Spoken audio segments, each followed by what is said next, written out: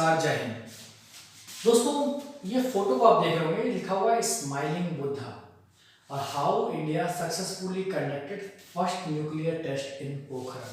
तो जब भारत ने अपना पहला परमाणु परीक्षण पोखरण में किया था, तो उसकी सूचना इंदिरा गांधी को देने के लिए एक कोड वर्ड का इस्तेमाल किया गया था और कोड वर्ड का नाम था बुद्ध मुस्कुरा रहे।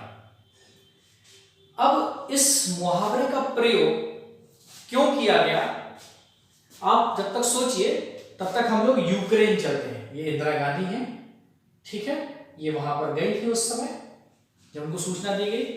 तो अब चलिए हम लोग थोड़ा समझते हैं कि यूक्रेन, ऐसा लग रहा होगा आपको कि हथियार डाल देगा, लेकिन पिछले कुछ दिनों में यह सवाल अक्सर उठाया जाता रहा है और आगामी कई दशकों तक इसकी गूंज सुनाई देती रहेगी कि यूक्रेन ने अगर 1994 में बुडापेस्ट समझौता हुआ था, उस समझौते के बाद अपने परमाणु हथियारों का भंडार अगर नहीं छोड़ा होता, तो क्या आज जेलेंस्की के यूक्रेन को रूस के पुतिन इतनी आसानी से दबा पाते? एक बहुत बड़ा और विचारणीय प्रश्न है।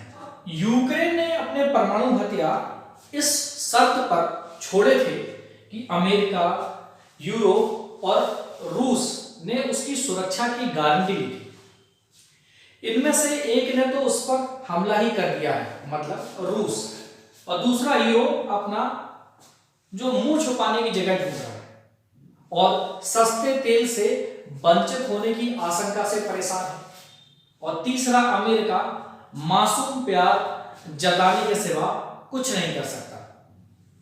तो अब आप समझ सकते हैं कि यूक्रेन की क्या हालत है, और यूक्रेन के पास परमाणु हथियार होते तो क्या उसकी ये दुर्गति होती। अब हम यह सवाल खुद से कर सकते हैं कि क्या भारत इतना भविष्यदर्शी या अविवेकी था कि उसने न केवल परमाणु हथियार बनाए, बल्कि खुद को परमाणु शक्ति संपन्न राष्ट्र भी घोषित किया। इन दशकों में चार विचारधाराओं के बीच इस सवाल पर जोरदार बहस होती रही। इनमें से एक होमी भाभा के दौर के उग्र विचार वालों का मानना है कि भारत को चीन से भी पहले 1960 के दशक में परमाणु हथियार बना लेना चाहिए था। पूर्व विदेश सचिव थे हमारे महाराज कृष्ण, तो उन्होंने बातचीत की और वो कई बार कई सेमिनारों में आपको कहते हुए मिलेंगे कि अमेरिकी राष्ट्रपति जॉन एफ कैनेडी ने भारत को परमाणु संयंत्र देने और अपना संयंत्र बनाने में मदद करने की पेशकश भी की थी, लेकिन जवाहरलाल नेहरू जी ने इससे इनकार कर दिया। अब आप सोच रहे हो कि जवाहरलाल नेहरू इससे क्यों इनकार कर रहे हैं, जबकि एक विचारधारा इसके ठीक विपरीत सोच वालों की है। उनका मानना है कि परमाणु हथियार बुरे हैं, अनैतिक हैं और अनावश्यक हैं, साथ ही साथ मानवता के लिए वो अभिशाप है और इस्तेमाल के लायक नहीं है। अब यह धारा, ये जो विचारधारा है, ये कमजोर पड़ी है, खासकर 1998 में जब अटल बिहारी वाजपेयी के नेतृत्व में भारत में दूसरा परीक्षण किया गया, जिसे हम लोग पोखरण 2 कहते हैं, और इस परीक्षण के बाद इसका कुछ हिस्सा एक नए विचार की ओर मुड़ गया। और अब जबकि परमाणुकरण हो गया है, तो इसे न्यूनतम रक्षात्मक उपाय के रूप में सीमित करने पर बात हो रही है, और व्यापक परमाणु परीक्षण प्रतिबंध संधि, जिसे हम लोग सीटीबीटी कहते हैं, जैसे सभी वैश्विक व्यवस्थाओं में शामिल होकर इसमें बात की जा रही है कि भारत इसमें भी आए, सीटीबीटी पे साइन करे और एक सक्रिय भूमिका निभाए। अब एक विचारधारा और है, उसका मानना है कि परमाणु हथियारों के मामले में अस्पष्टता रखना भारत के लिए ज्यादा अच्छा होता। आखिर इंदिरा गांधी ने 1974 में परमाणु बम परीक्षण करके दुनिया को हमारी क्षमता से अवगत करा दिया, इसलिए 1998 में किए गए परीक्षण अपनी छाती ठोकने की अनावश्यक राजनीतिक कवायद मानी जाती। अब जिससे पाकिस्तान को भी परीक्षण करने का एक बहाना मिल गया था, और नतीजा आप समझ सकते हैं कि दक्षिण एशिया में 200 घोषित परमाणु शक्ति संपन्न देश हो गए। तो ये विचारधारा भी है। एक विचारधारा, एक चौथा समूह और है जो ये मानता है कि कि जो जीत गई है, जो विचारधारा से मानी जाती है, उनका मानना है कि 1974 में अपनी क्षमता का प्रदर्शन दिखाना ही काफी नहीं था और ये अपने पैर पर दोबारा कुल्हाड़ी मारना था। यह करके भारत ने अपने ऊपर प्रतिबंधों को न्योता भी दिया और खुद को परमाणु शक्ति संपन्न देश भी घोषित नहीं कर सका। उसे परमाणु शांतिपूर्वक परमाणु विस्फोट बताना महज एक ढोंग था जिससे किसी और पर कोई असर नहीं पड़ा। भारत में तब जो जन्म था वो अनुकूल हुआ और जब इंदिरा गांधी को उसकी सख्त जरूरत थी तो उन्होंने हथियार बनाए और अपनी छाती को ठोक कर पाकिस्तान को चुनौती देना बहुत उचित समझा। अब पहली धारा को संकटग्रस्त 1960 के दशक में ज्यादा तवज्जो नहीं मिली। दूसरी विचारधारा जो 1998 के बाद अब अप्रासंगिक हो गई है और तीसरी और चौथी विचारधारा पर विचार विमर्श करने की फिलहाल जरूरत है। अब ये खासकर इसलिए कि यूक्रेन संकट हमारे सामने आ खड़ा हुआ है और ऐसे सवाल तब भी उठे थे जब अमेरिका ने इराक पर 2 बार हमला किया और दूसरी बार इस बहाने से कि उसके पास परमाणु बम है। अगर इराक के पास सचमुच में जनसंहार वाले हथियार होते तो क्या बुश सीनियर या बुश जूनियर इस पर हमला करने का जोखिम उठा पाते?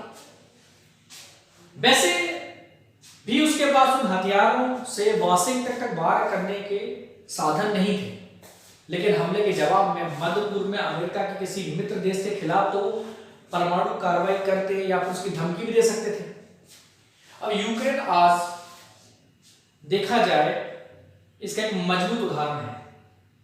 यह गारंटी की छाया में निश्चित अब कई देशों को यह परेशान कर रहा है कि उन्होंने भी परमाणु हथियार छोड़ के कोई गलती नहीं की, या जिन देशों के पास परमाणु हथियार हैं या जो इन्हें लगभग हासिल करने वाले जैसे उत्तर कोरिया, इजराइल, ईरान या फिर कोई और देश, वो इन्हें अब कभी छोड़ेंगे नहीं, क्योंकि वो छोड़ने से पहले यूक्रेन को हजारों बार याद करेंगे। अब भारत को अपने परमाणु हथियार दुनिया के सामने जाहिर करने से लाभ हुआ या नुकसान? आलोचना में तो यह कहा जा सकता है कि इससे पाकिस्तान को एक औपचारिक तौर पर बराबरी करने का मौका मिल गया, लेकिन इसका जवाब यह है कि किसी को यह शक नहीं था कि पाकिस्तान पहले से परमाणु हथियारों से लैस है या अमेरिका ने उसे परमाणु हथियार के मामले में निर्दोष होने का अंतिम प्रमाण पत्र 1989 में दिया था और उसके बाद इसे दोहराया नहीं गया। अब 1990-91 की अगर बात करें, जब भारत पाकिस्तान की सेना आमने सामने खड़ी हुई थी और तब पाकिस्तान ने भारत को परमाणु हथियार के बूते ब्लैकमेल तक किया था। अब इस विषय पर कई सारी किताबें भी लिखी गई हैं, मसलन जैसे कि एक बॉब बेटन और विलियम बरोस का था कि क्रिटिकल मास, ठीक है, किताब थी, और एक CIA के तत्कालीन उस समय के डिप्टी चीफ थे रॉबर्ट गेट्स, उन्होंने भी अपनी एक बुक लिखी थी, उस पर भी उन्होंने अपनी कई बातें लिखी। लेकिन रॉबर्ट गेट्स भी सुलह कराने के अपने दौर में इस्लामाबाद से भारत आए थे। यह युद्ध के शुरू में ही परमाणु हथियारों का प्रयोग करने की बात हो रही थी, जबकि VP सिंह सरकार को हकीकत का एहसास हो गया कि भारत के पास जवाबी कार्रवाई करने के लिए तुरंत दागा जाने वाला परमाणु अस्त्र नहीं है। इतने दशकों में विश्वसनीय वेपन और डिलीवरी सिस्टम तैयार नहीं हो सका। तो वह संकट तो गुजर गया, लेकिन उसने हमारे पूरे राजनीतिक हलके का, चाहे उसमें से किसी भी समूह की क्यों ना बात हो रही हो, यह संदेह दूर कर दिया कि भारत को वो हथियार अब तुरंत चाहिए। अब भारत के राजनीतिक विकास में 18 मार्च 89 का दिन बेहद महत्वपूर्ण था, जब खुफिया रिपोर्ट आती है और उस रिपोर्ट में यह पुष्टि हो रही होती है कि पाकिस्तान इस स्थिति में पहुंच चुका है कि जब चाहे तब वह बम गिरा सकता है। उस दिन भारतीय वायुसेना दिल्ली के करीब तिलपट में अपने फायर पावर का एक रस्मी प्रदर्शन कर रही थी, जिसमें 129 विमान शामिल थे, और इसी दौरान राजीव गांधी आला अधिकारी नरेश चंद्र को एक तंबू में ले गए। वो इतनी गोपनीयता बरत रहे थे कि उन्होंने अपने मंत्री राजेश पायलट को भी साथ आने से रोक दिया। तब राजीव ने नरेश चंद्र से अपनी चिंता साझा की और उन्हें मुख्यतः वैज्ञानिकों की एक आला टीम का नेतृत्व करने का आग्रह किया ताकि भारत को पूर्ण परमाणु हथियारों से लैस किया जा सके। मैं आपको इस बारे में और भी पहले विस्तार से बता चुका हूं क्लास में। अब उस टीम में जो राजीव गांधी ने नियुक्त की थी, शीर्ष परमाणु वैज्ञानिक आर चिदम्बरम, पीके अयंगर, अनिल काकोदकर और संथानम, एक मिसाइल विशेषज्ञ हमारे पूर्व राष्ट्रपति थे आदरणीय एपीजे अब्दुल कलाम, और डीआरडीओ के तत्कालीन अध्यक्ष उस समय अरुणाचल में शामिल थे। उन सबको योजना आयोग के तहत विज्ञान और टेक्नोलॉजी के लिए निर्धारित कोष से गुप्त पैसे दिए जाने की व्यवस्था की गई थी ताकि जो काफी जो काम है वो गुप्त रूप से किए गए। जैसे उदाहरण के लिए संथानम को राम एक ऊंचे पद पर गुप्त रूप से नियुक्त किया गया। काकोदकर ने बाद में जो एनडीटीवी के वॉक द टॉक आर्टिकल में बताया था कि उन्हें कुछ छद्म नामों से या डुप्लीकेट नामों से कुछ विदेश यात्राएं भी करनी पड़ी थी, डुप्लीकेट पासपोर्टों के साथ। अब इस काम को एक दशक तक आगे बढ़ाने की जिम्मेदारी बाद के प्रधानमंत्रियों ने, जबकि कई समय अस्थिरता रही, कई प्रधानमंत्री बदलते रहे हमारी भारतीय राजनीति में, उसके बावजूद उन्होंने बहुत बखूबी निभाई। 1998 में पोखरण 2 परीक्षण हुआ, जिसके बाद पाकिस्तान ने जवाब में चगाई में अपना परीक्षण किया, और इसके 2 दशक बाद आज ये दोनों परमाणु शक्ति संपन्न देश कहां खड़े हैं। भारत को लगभग एक वैध परमाणु शक्ति संपन्न देश के रूप में कबूल कर लिया गया है, और वह देखा जाए तो कई अच्छी योजनाओं में भी टेक्स पार्ट कर रहा है और तमाम प्रतिबंधों से मुक्त है, और अमेरिका का रणनीतिक सहयोगी माना जाता है। जो पाकिस्तान है वो इस समय एक बुरे दौर से गुजर रहा है। मैं एक अंत में एक सवाल उठेगा कि पोखरण 1 के लिए बुद्ध मुस्कुरा रहे हैं, मुहावरे का प्रयोग क्यों किया है? क्योंकि ऐसा लगता है कि बुद्ध के काल में प्राचीन मगध साम्राज्य ने अपने पड़ोसी जब वैशाली पर विजय के लिए आक्रमण किया था, तो मगध ने आम साम्राज्य की तरह अपनी विशाल सेना तैयार की थी और आक्रमण के लिए अस्त्र शस्त्र तैयार किए थे, जबकि एक तरह के अराजक लोकतंत्र देश वैशाली के लोग इसी बहस में उलझे रहे कि लड़ें या ना लड़ें, और लड़े भी तो कैसे लड़ें और किससे लड़ें और क्यों लड़ें। जाहिर है कि मगध ने सैन्य रूप से कमजोर वैशाली को तबाह कर दिया, और यह खबर जब बुद्ध को दी गई तब बताया जाता है कि वो नाराज हुए। मतलब यह है कि शांति की खातिर साम्राज्य को युद्ध के लिए पूरी तरह तैयार रहना चाहिए, मगर वैशाली नहीं तो वैशाली वाला हस्त्र हो सकता है। और 1964 के बाद से भारत मगध रूपी चीन के लिए वैशाली जैसा था। अब आप समझ गए होंगे कि बुद्ध क्यों मुस्कुराए, यूक्रेन का जो हश्र हुआ उस पर क्या नाराज होंगे, तो ये तो आने वाला समय ही बताएगा। तो इस तरह से भारत ने स्माइलिंग बुद्धा जो फर्स्ट न्यूक्लियर टेस्ट था पोखरण में उसको संपन्न किया था, और काफी अच्छी तरह से इसको संपन्न कराया गया था। इसमें इंदिरा गांधी का एक बहुत बड़ा रोल था।